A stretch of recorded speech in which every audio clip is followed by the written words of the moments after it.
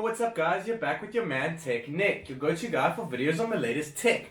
Now today, it is once again about the latest tech. I have with me the Huawei Honor V20 or View 20 as it will be when it gets launched globally. So stay tuned for the global launch. But as of right now, it is just released in China a couple days back, and this is the Chinese variant. I have with me the version that's black in color, 8 gigs of RAM, 128 gigs of storage. I asked you guys which punch hole designed notch phone you prefer the most between the Huawei Nova 4, the Samsung Galaxy A8s, and the Honor V20, and all of you guys went for this one, and I completely understand why. Kirin 980 chipsets.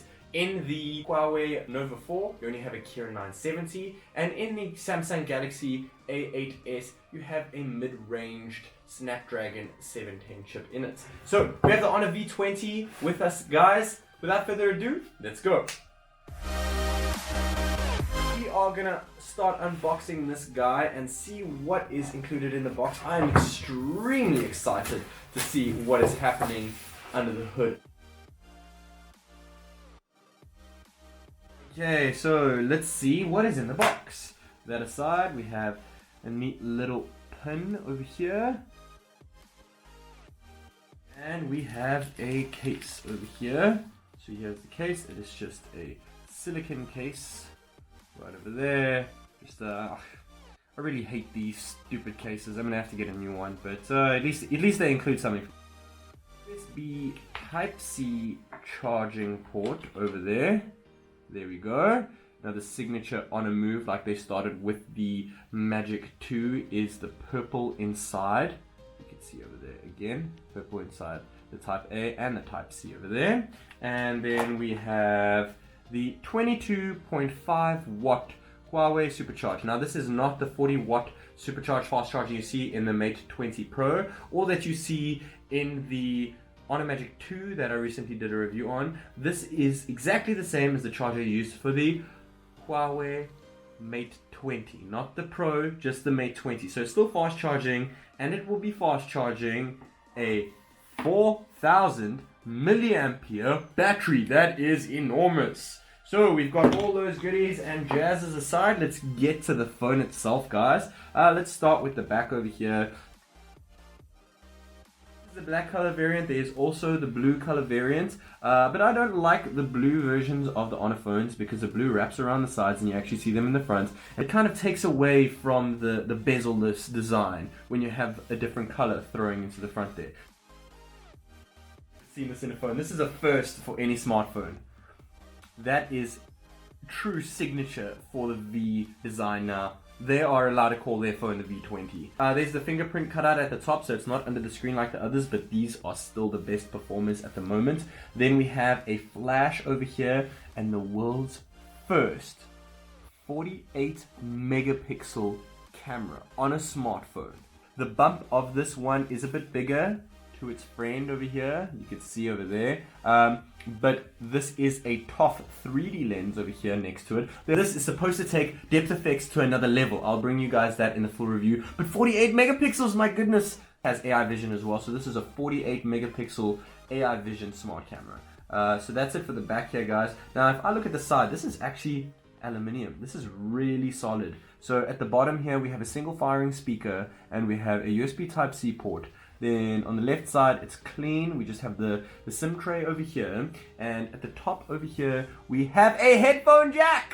They've kept it in here, and they have also brought in the IR blaster. On the right hand side we then have the power button and we have the volume rockers, and that's about it. This thing is a bit of a fingerprint magnet at the back here, so just letting you guys know there, but that V just makes up for it, so that's really sick.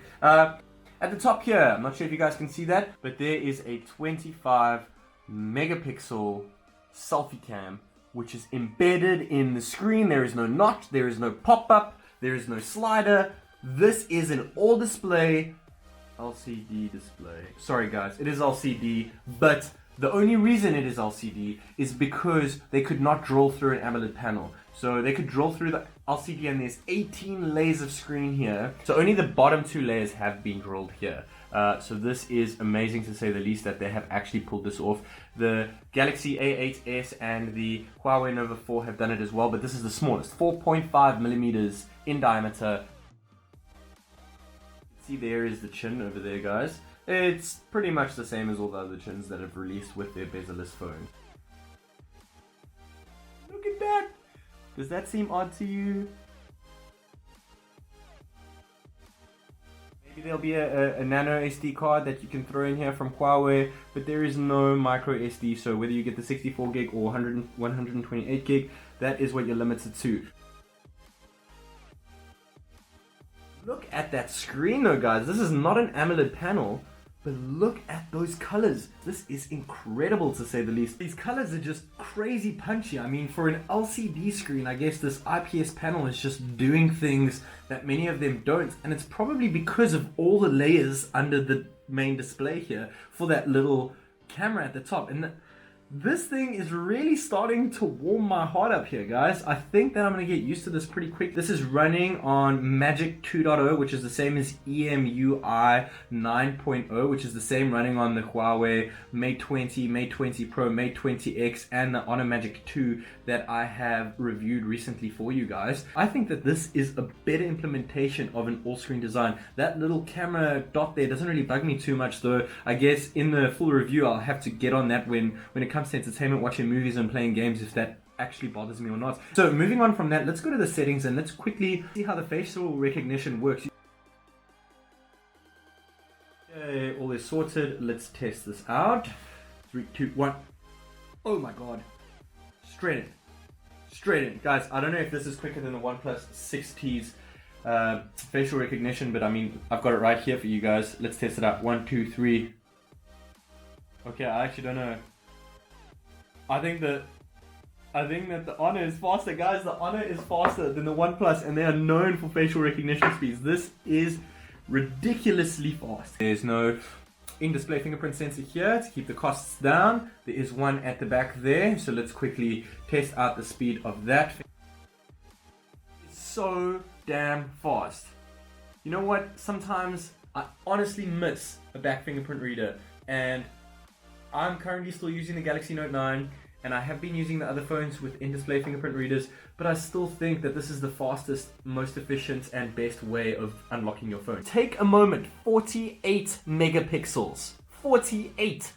Yeah, Nokia, what was that? So another thing that this phone has is AI 4D predictive focus. Show the points of focus on moving objects in real time. This is similar to laser autofocus that LG did a couple years ago. It even kind of looks like the laser autofocus from LG. So if I go ahead here and hit Lily, take a snap, she was moving. Let's see how the focus works. This is just AI focus, guys. It's actually doing a really good job, and the brightness is not even up here, but there we go. I think that looks pretty epic. They have some AI effects. It's raining now. You can see how sad my dog is. So there you guys have it. The Honor V20, or the Honor View 20, as it will be globally announced next month. This is one of Honor's top dogs every year, their View series of phones. And there is no exception this year. With a 4000 milliampere battery, the world's first 48 megapixel camera over here, with a 3D ToF depth sensing lens, a punch hole display design over here with a 25 megapixel selfie cam, fast charging with 22.5 watt charging block, and there is still a damn headphone jack over there. It is seriously catching my eye, and I'm sure it's catching your eye as well. OnePlus has a serious rival here. This phone is jam-packed with specs, let alone the damn Kirin 980 chip in here. This is one of the best IPS displays I have ever seen on a smartphone before. This is $430 for the 6 gigs of RAM, 64 gig, and $500 for the 8 gig of RAM, 128 gig variant. I'm gonna put this in my pocket and give this a proper run for its money, especially with this camera. I want to see what this camera can do. Smash that subscribe button down below if you have yet to do so. Give me a thumbs up, and until next time, guys, this is TechNick.